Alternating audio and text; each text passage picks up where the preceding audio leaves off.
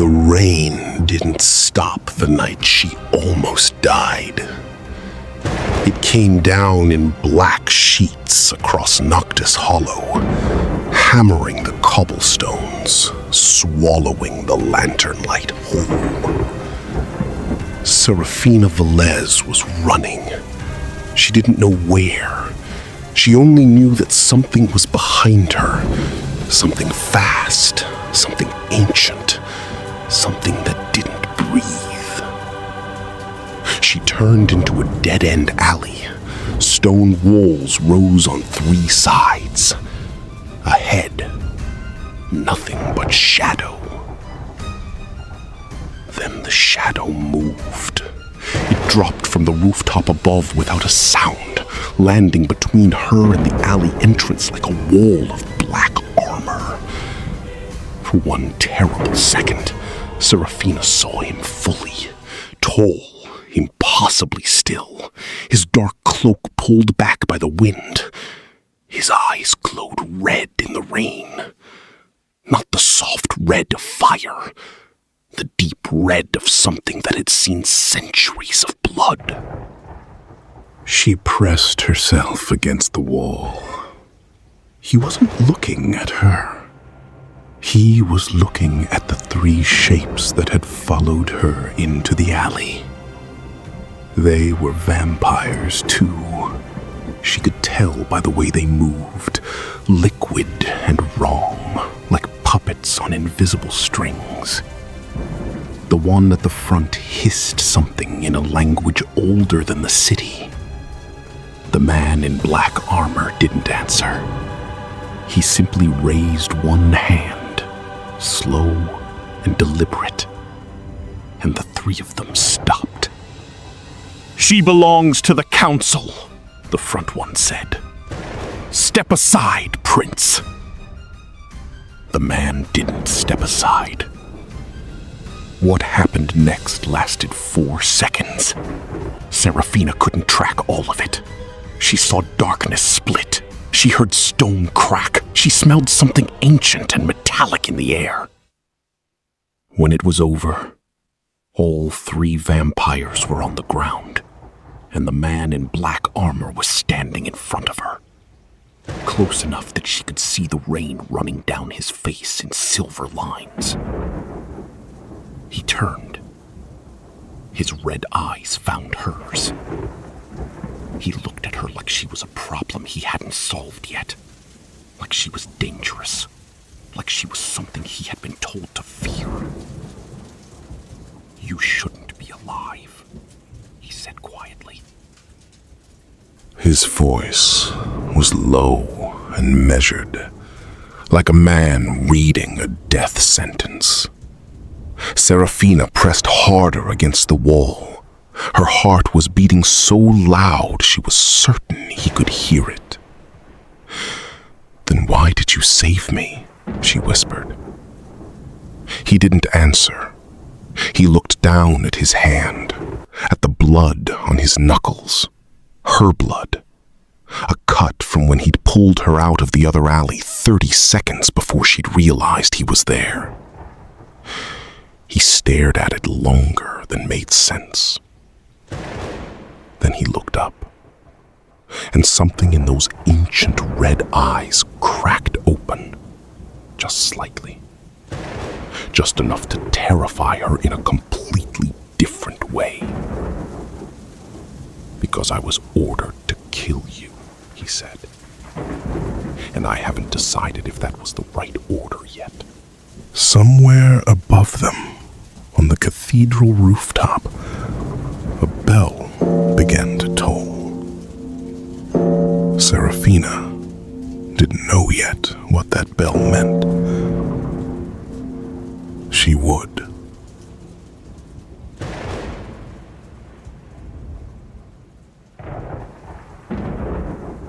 Chapter 1.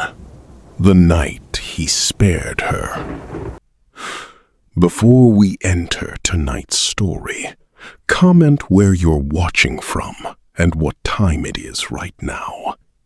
And don't miss out. Smash that subscribe button now and join the squad, because the next episode becomes even darker than this one. Hit the bell so you're first in line when it drops. 3 days earlier, Seraphina Valez had a perfectly ordinary life. That was the part that hurt most about what came after, how ordinary everything had been. She woke before the fog lifted. She drank her coffee black.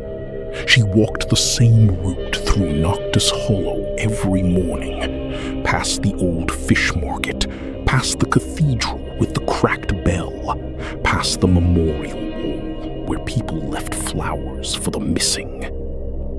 There were always new flowers on the memorial wall.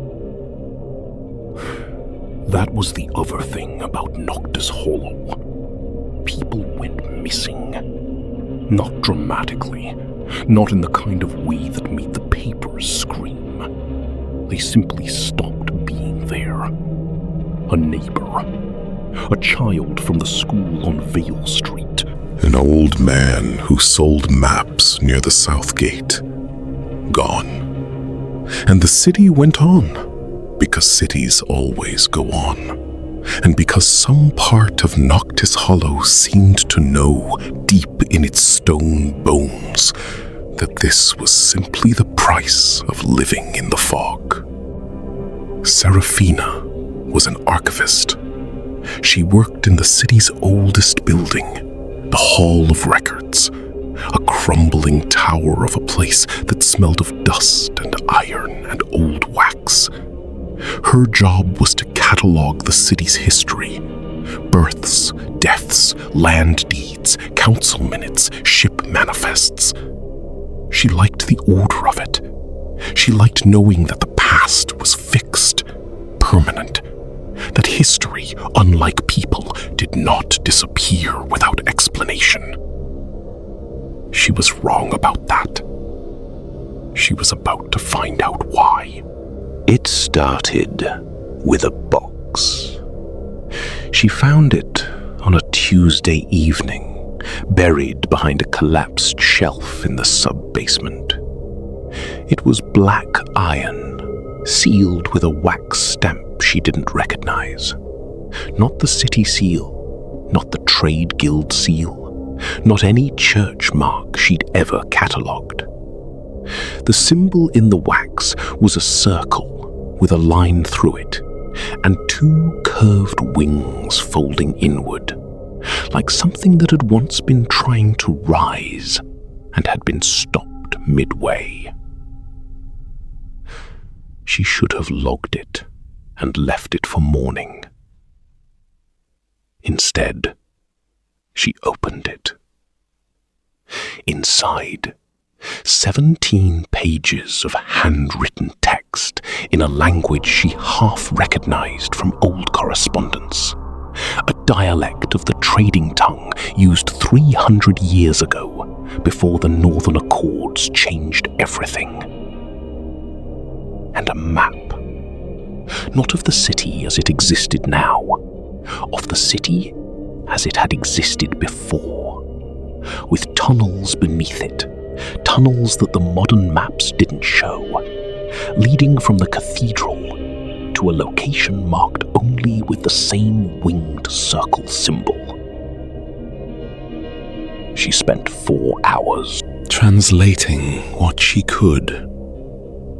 By midnight, she knew 2 things. First, the disappearances in Noctis Hollow were not random. Second, they had been happening for far longer than anyone in the city believed. Not decades, but centuries. The box contained records of them. Careful, systematic records, written not by a victim, not by an investigator, but by whoever was responsible. She was still shaking when she locked the sub-basement door and walked home. She didn't notice the shadow on the rooftop across the street. He had been there since she entered the building. Kael Draven had been many things in 400 years. Warrior, executioner, the right hand of the Vampire Council when the Council needed its most dangerous work done cleanly. He had crossed entire kingdoms on a single order. He had ended bloodlines that threatened the old empire's balance. He had never, not once, questioned an assignment. He was questioning this one. He watched the woman through the archive's high windows, the lamplight catching her face in golden intervals as she moved between shelves. He already knew who she was. The council had given him her full file 3 weeks ago. Seraphina Valez, 31 years old, archivist, no family in the city, no connections to anyone of political significance. Unremarkable on the surface, except for her blood. He'd smelled it the moment he arrived in Noctis Hollow. Even from a distance, it was unmistakable. Older than it should be, layered in a way that didn't track with any living bloodline he knew. The council had told him she was a descendant of something ancient, a bloodline that had been erased 300 years ago. A bloodline that, if it awakened fully, would change the balance of vampire law in ways Lord Morvain refused to allow. Kill her before she understands what she is, Morvain had said. Before she finds the archive. She had found the archive. Kael watched her lock the door and walk away into the fog, and he did not move. He stood on the rooftop, with rain beginning to gather in his armor's creases, and he watched her until she turned the corner at Vale Street, and he still did not move. He told himself he was gathering information. He knew that wasn't entirely true. She almost made it home without incident. 3 blocks from her apartment, the first one stepped out of the alley. She mistook him for a drunk man at first, the stumbling gait, the strange angle of the neck. Then he looked up, and she saw his eyes, and her body understood what her mind was still arguing about. And she ran. She ran 2 blocks before she realized there were more of them. Not the stumbling one. These were faster, quieter, deliberate. She ducked into an alley without thinking. Dead end. 3-sided stone. She turned and pressed her back against the wall. The shadow dropped from above. And here is what Seraphina Valez noticed in the 4 seconds that followed. Something that would stay with her long after the blood and the rain and the shock of it.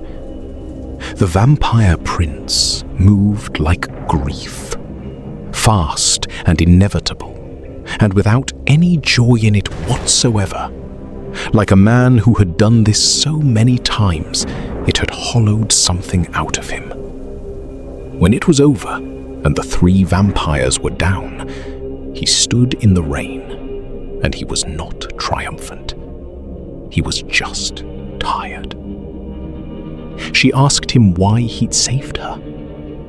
He said, "Because I was ordered to kill you, and I haven't decided if that was the right order yet." He held her gaze for 3 seconds exactly. Then he stepped back into the rain. "Go home," he said. "Lock your door." Don't go back to the archive until I tell you it's safe. You don't get to tell me what to do, she said. Something shifted in his expression. It might have been surprise. It might have been something older than surprise. No, he said quietly. I don't. He was gone before she finished her next breath. Not gone like a man who walks away. Gone like smoke. Like he'd never been there at all.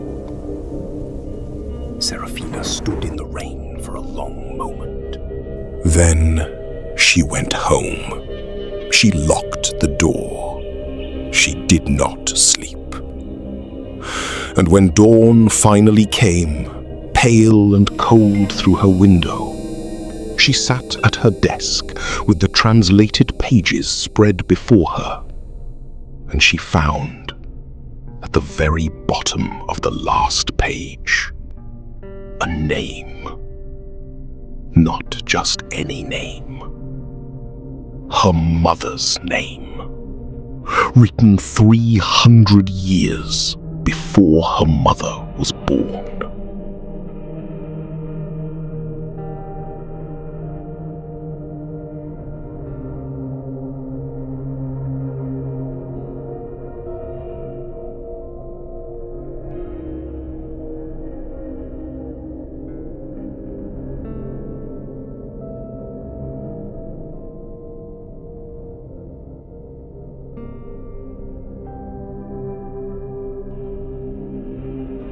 Chapter 2: Secrets Beneath Noctis Hollow.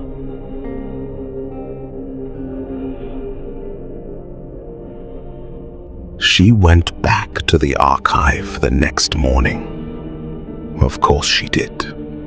She told herself it was professional obligation. She told herself the box was evidence of a crime, and she had a responsibility to document it properly. She told herself a lot of things on the cold walk through fog-covered streets, past the memorial wall, past the flowers left for the missing. She did not tell herself the truth, which was this. The name at the bottom of that last page had changed something fundamental inside her. She needed more. She needed to understand. The Hall of Records was empty when she arrived, too early for the other archivists. She went directly to the sub-basement, descended the narrow stairs, and stopped. The door was already open. She was certain she had locked it. She went in anyway.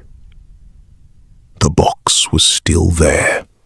The papers were still there. But someone had been through them. Not destructively, not obviously, but she had catalogued enough documents in her life to know when something had been read and carefully replaced versus simply left. These had been read. Someone had been in this room since midnight. On top of the stack, sitting at an angle she hadn't left it, was the map. And on the map, drawn in fresh ink, black, recent, still faintly tacky, was a route. From the archive, through tunnels she hadn't known about, to the symbol she'd seen in the wax. Someone was guiding her, or leading her into a trap. She took the map and went down. The tunnels were older than the city above them, older than the cathedral, older than the foundation stones, older than any record she had ever catalogued. The walls were cut from a black stone she didn't recognize, smooth in a way that spoke of precision rather than erosion. Water ran along the floor in thin channels carved deliberately on either side of a central walkway, as if whoever built this place had thought carefully about drainage, about longevity, about permanence. The lamplight she carried made the walls glow faintly amber.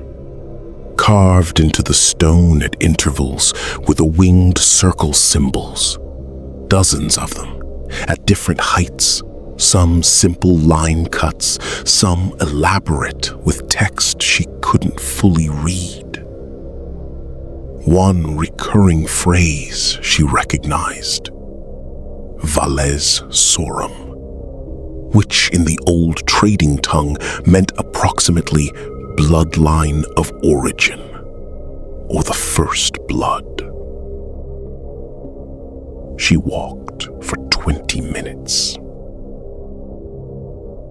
The tunnel opened into a chamber the size of a great hall, and Seraphina stopped breathing.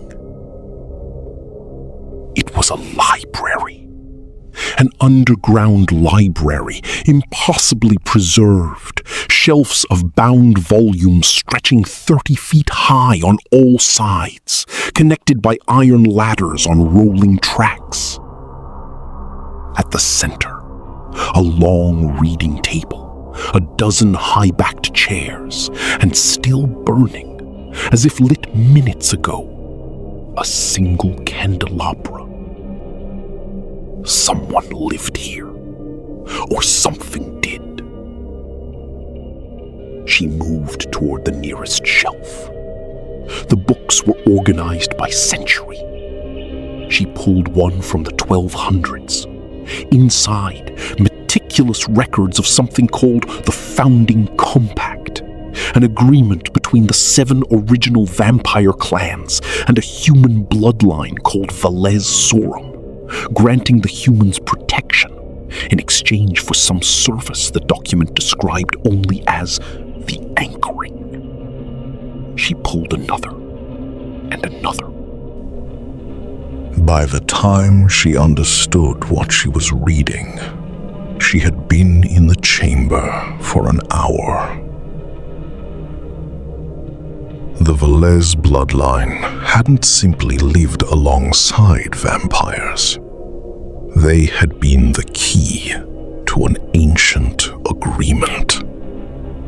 The reason the vampire clans had stayed bound by law, instead of descending into open war with humanity. Their blood carried something the vampires called the balance, a property that, if the right ritual was performed, could either stabilize vampire society or destroy it entirely. And 300 years ago, Lord Morvain had ordered the Valez bloodline erased. He had believed he'd succeeded. "You shouldn't be down here." She didn't scream. She'd half expected him.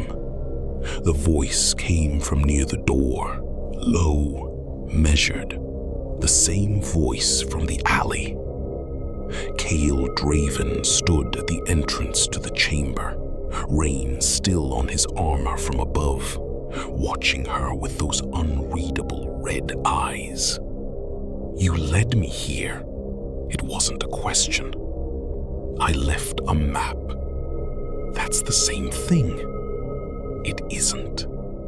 He walked into the chamber slowly, like a man being careful around something fragile. A trap leads you somewhere and closes behind you. I left a map and left the door open. Why? He looked at the books in her hands. Something crossed his face. Not quite emotion. The shadow of where emotion used to live. Because you were going to find this eventually. Better you understand it before Morvaine's people find you again. She set the books on the table. How many people know I'm down here? At this moment, 2. And Lord Morvaine suspects, doesn't know yet. He paused. You have maybe 2 days before that changes. She looked at him steadily. He was 6 feet away, close enough that she could see details she hadn't caught in the alley. The old scar below his left eye, the exhaustion written around his jaw, the way he held himself like a man carrying weight he'd decided long ago he didn't have the right to put down. You were sent to kill me, she said. Yes. And you're instead standing in a secret library, telling me how long I have before the people who ordered my death figure out where I am. Yes.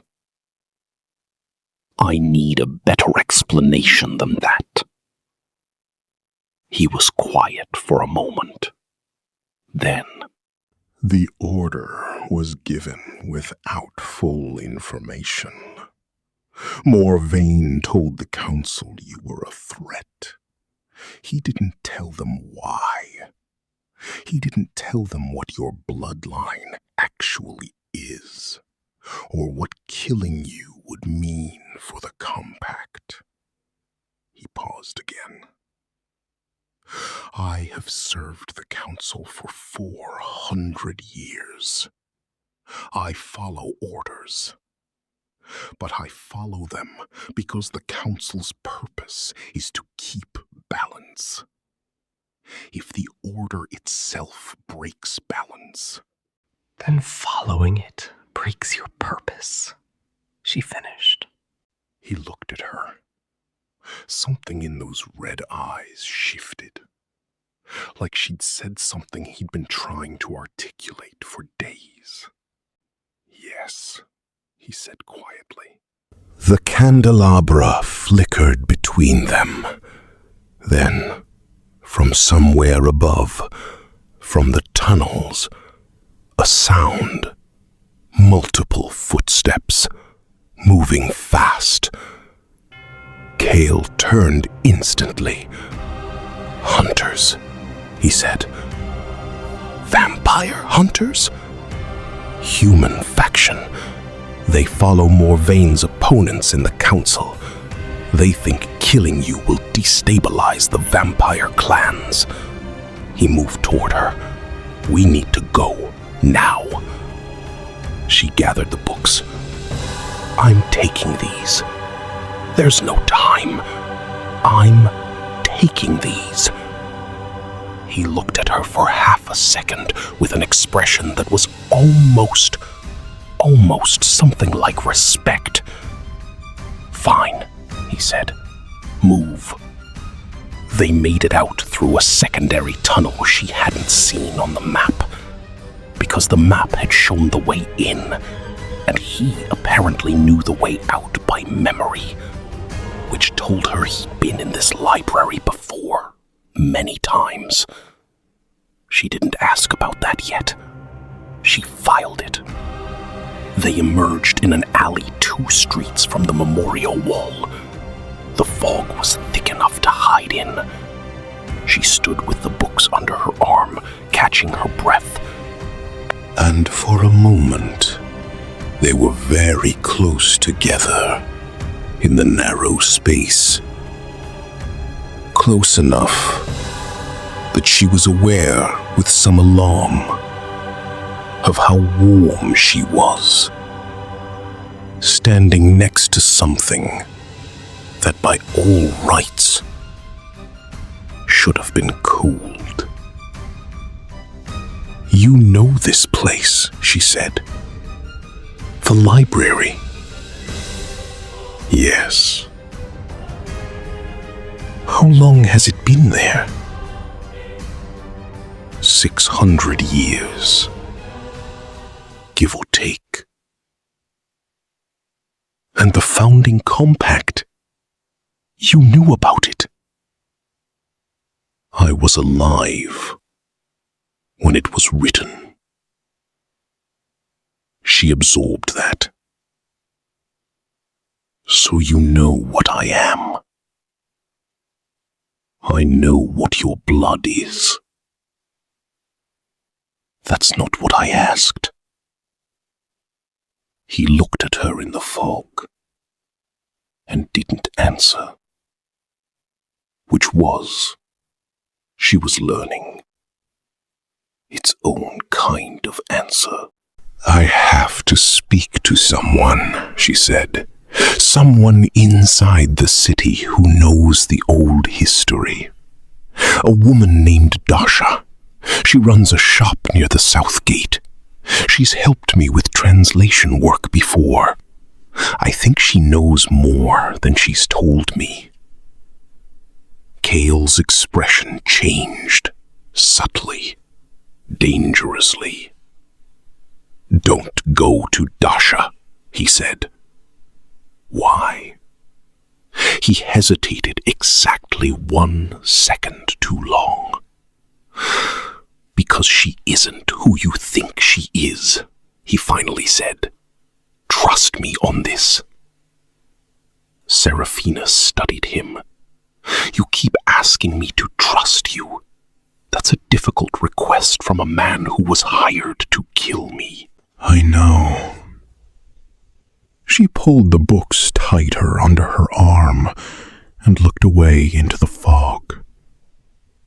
"I'll think about Dasha." She walked away. He watched her go and did not follow. He waited until she turned the corner. Then he stayed in the alley for a very long time, in the dark and the fog. And he thought about the way she'd finished his sentence in the library, about the books under her arm, about the name at the bottom of a 300-year-old page. He was in serious trouble. 3 hours later, Seraphina went to Dasha's shop. She'd spent those 3 hours telling herself Kael's warning was a manipulation, that everything he did, including the library, including the rescue, was calculated, that she shouldn't trust a 400-year-old vampire executioner who'd received orders for her death. She was right about all of that. She was also wrong about Dasha. Dasha ran a translation and antiquities shop near the South Gate. She was 60, sharp-eyed, built like someone who had survived a great many difficult things without flinching. She and Seraphina had worked together for 2 years. She was the closest thing Seraphina had to a mentor in the city. She was also, Seraphina learned in the next 4 minutes, a spy for the Vampire Council. It came out fast, too fast. Seraphina set the books on the table and said 3 sentences about the founding compact, and I watched Dasha's face go through a sequence that was not surprise, was not curiosity, was the performance of both. And underneath them, very briefly, something that looked a great deal like calculation. "Dasha," Seraphina said quietly. "How long?" Silence. How long have you been reporting on me? Dasha closed her eyes. When she opened them, the performance was gone. 2 years, she said, since you started at the archive. Morvain wanted to know if you'd find the old records. I was supposed to flag it the moment you showed any interest in the pre-accord documents. She paused. I didn't flag it. Why? Because you're Seraphina. Something genuine moved through her voice. And because I know what happens when Morvain gets what he wants. Did you tell anyone I was in the archive last night? Dasha looked at the table. Someone came asking this morning. I said I hadn't spoken to you. Who asked? A man from the council's outer circle. Not Morvain's direct people. Someone from the opposition. They're fighting each other right now. The old council and the reformers. You're caught in the middle. She looked up. Seraphina. The Vampire Prince, Draven. Do you know where he is? Why? Because he was at the Hall of Records before dawn, before you. He broke the seal on something in the lower vault. She leaned forward. Whatever he took, whatever he left for you, it wasn't random. He's been in this city for 2 weeks. That's not how an assassination works. That's how a protection operation works. Seraphina was very still. He's not just deciding whether to kill me, she said slowly. He's been protecting me this whole time. Dasha nodded. From who? Seraphina said. From Morvain? From both sides, Dasha said. That's what frightens me. The candle on Dasha's counter sputtered. Outside, the fog deepened. And somewhere across the rooftops of Noctis Hollow, a shape moved fast through the darkness. Not towards Seraphina, away from her. Moving with purpose and speed and grim intent toward the road that led north, toward the Black Mountains, toward the Crimson Keep. Someone had sent a message to Lord Morvain, and Kael Draven